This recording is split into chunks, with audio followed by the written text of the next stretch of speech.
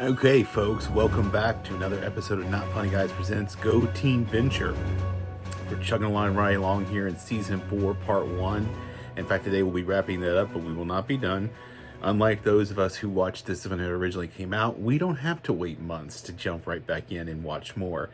But just want to make a quick reminder before we get started. Like, subscribe, share, comment. Help us grow this channel. Like I said, previous episode, we got the podcast Off the Reels back up and going. We've got some other stuff over on TikTok. Some of it I'll be linking. Some of the TikTok stuff is mainly politically oriented. So if that's not your thing, don't worry about it. But I want to mention this up front here before we jump in. But let's go ahead and jump in now to episode 7 of season 4, The Better Man. Now, this one originally aired on December 6, 2009, and is written by Doc Hammer. Now, this one opens with Torrid, who is the nemesis slash arch of the Order of the Triad. That's Jefferson Twilight, the Alchemist, and Dr. Orpheus, opening a portal to hell and calling forth basically like a Cthulhu type creature, and that overpowers him and throws him into hell. Which, interestingly enough, we later see him without his fire on. He looks like Dead Man from DC Comics, just gonna say that. But he sort of fails in this mission. Just thrown in there. They can't quite defeat the creature. They feel like they're doomed as well when they are saved by the Outrider, who was apparently once the pupil of Dr. Orpheus and then who made off with his wife, Tatiana. So then they are super jealous of him.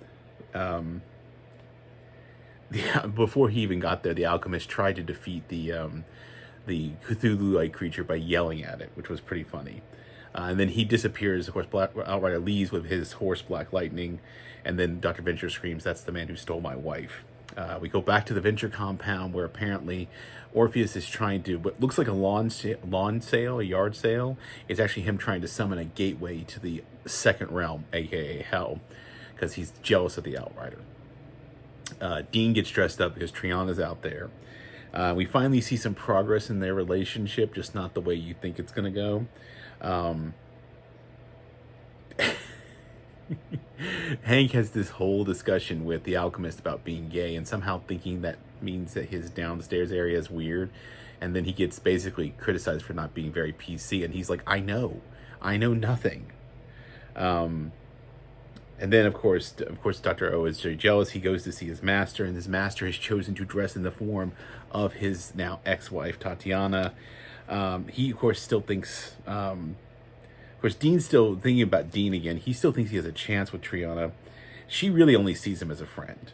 And Hank wants to help him get over it. So he takes him to the mall, where he pretends like he knows a bunch of girls.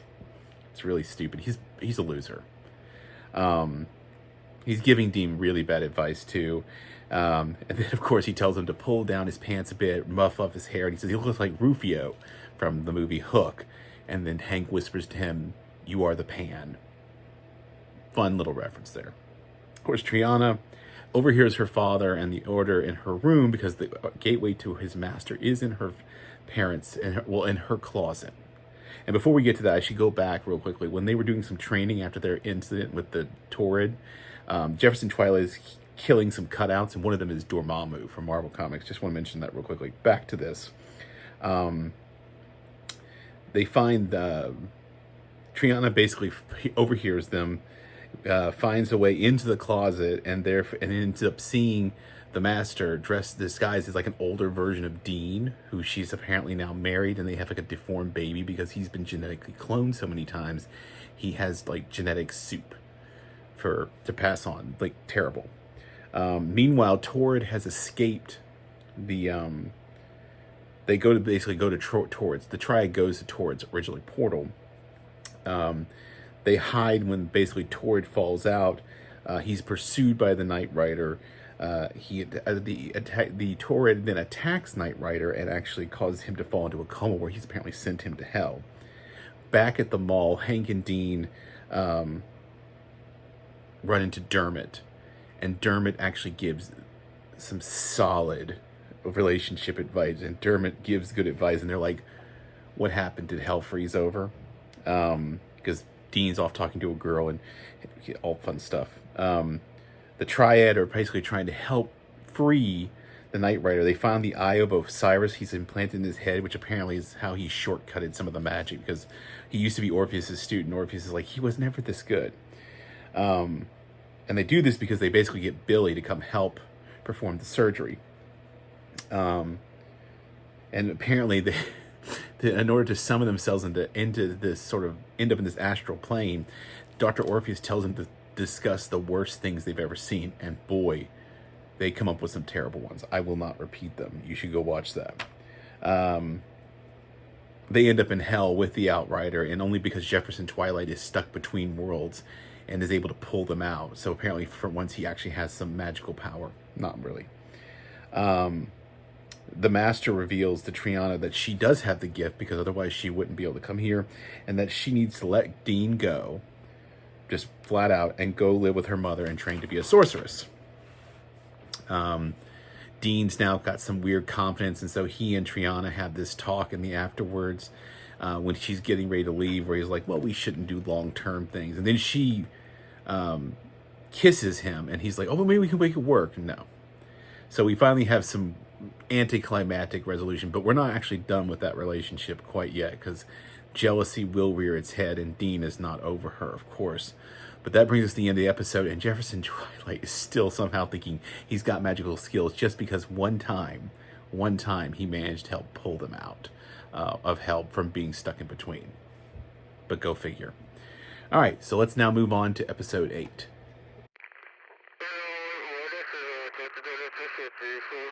All right, episode 8, Pinstripes and Poltergeists, originally aired December 13th, 2009. This one also by Doc Hammer. This one involves the Monarch looking for another angle to get at Dr. Venture.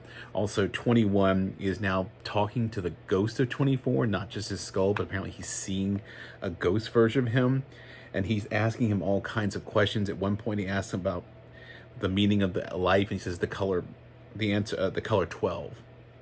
And he says, don't ask me so many stupid hitchhiker questions. Talking about everybody having a soul, but apparently you don't get one until you're like 6 months to a year old. And 21 can be visibly seen with his tattoo now under his chest with Hinge for Life, which I've actually seen people in real life get this tattoo. I will not be getting that tattoo. The Monarch comes in, and you now see that he's been talking to 24 Skull. They're going on a mission, which is to see Monstroso, who is a supervillain lawyer. Big guy. We then cut to Sphinx with a basic 007 type intro. They're on a mission to stop some Dr. Schaffenmauer, whatever, I can't remember his name. He's basically, him and Brock and Shore Leave are going on this mission because he's working on a powerful, like, deadly stink bomb. The Shore Leave does a standard distraction. Brock then comes in and kills them all up. But after Shore Leave gets caught first, apparently. The Monarch, Dr. Mrs. the girlfriend, Dr. Mrs. the Monarch, and 21 flying in the mobile can't land on Monstrosa's helipad, so Monarch and 21 have to jump out while she circles. The men who are in his little legal firm all put on masks when people come in because it's guild business. He runs Mammoth Corp. And he basically he wants to cripple Venture's business. And the Monarch has this ridiculously stupid plan, and Monstroso says, I've got a better one to cripple the business. And then 24 at one point tells 21 about all the men behind him and what they're carrying.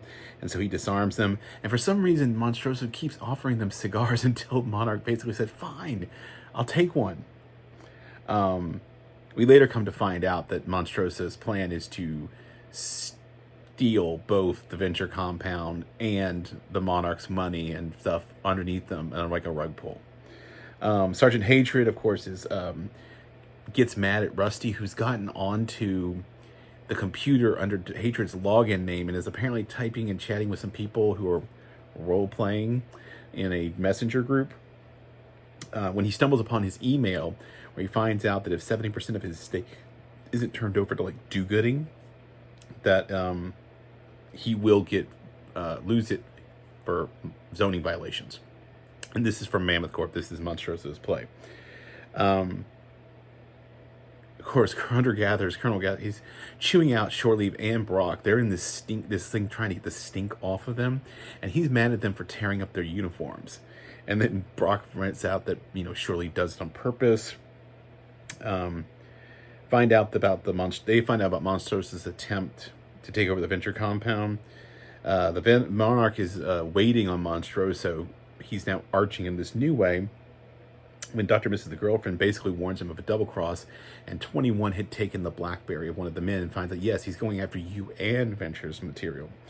Meanwhile, Venture's back at his compound trying to figure out how to bring in more people, and he will eventually go gather basically Billy and Pete and try to invite them to come stay on the compound where he evicts other people, some of which are a meth lab, but they apparently pay their rent on time. At one point back in the cocoon, when they're trying to figure out about the double cross, Dr. Mrs. the Monarch her chest is pressed up to 21, and he's having a hard time keeping it together because he is secretly infatuated with her quite still, to which 24 was blabbing, but of course no one but 21 could hear that as a ghost. And apparently, of course, the double cross is not a violation of guild rules. In fact, it is actively encouraged, so they're going to have to find a different way. And so 21 decides to go rogue, which actually works out really well for them. They then, while Pete and White and Billy are being shown around, they go into a facility that I think Venture's trying to offer them. They find out that Sphinx has been basing themselves out of the industrial section on the Venture compound the whole time. And they get a whole rundown about, wait, aren't you the bad guys? And he says, not since the Pyramid Wars when they were defeated. That was the end of that. So they have a whole conversation. Rusty wants them to pay rent, which I think was hilarious. And the Sphinx statue speaks that someone is here, and this is when 21 has arrived, talking about 24's ghost, calling on him to help him, and says, after you shown your special skill to my friends. And so he brings Speedy, who we haven't seen since he died way back in season 1, and we bring in apparently President Woodrow Wilson, who personally I don't think was that great of a president, but apparently his special skill is that he can name a celebrity perfume, he can name the celebrity it's connected to. It's a weird, stupid thing. But because he's gone rogue to do these things, it actually works out really well for Monarch and Dr. Mrs. the Monarch, because they didn't order it. So this is perfect for them. He basically gets on the lawn where he ends up fighting Brock Sampson. Sphinx offers to help fix the Monstroso situation. They wipe Billy's memory, because they don't worry about Pete telling anybody, but they don't want Billy knowing about any of this.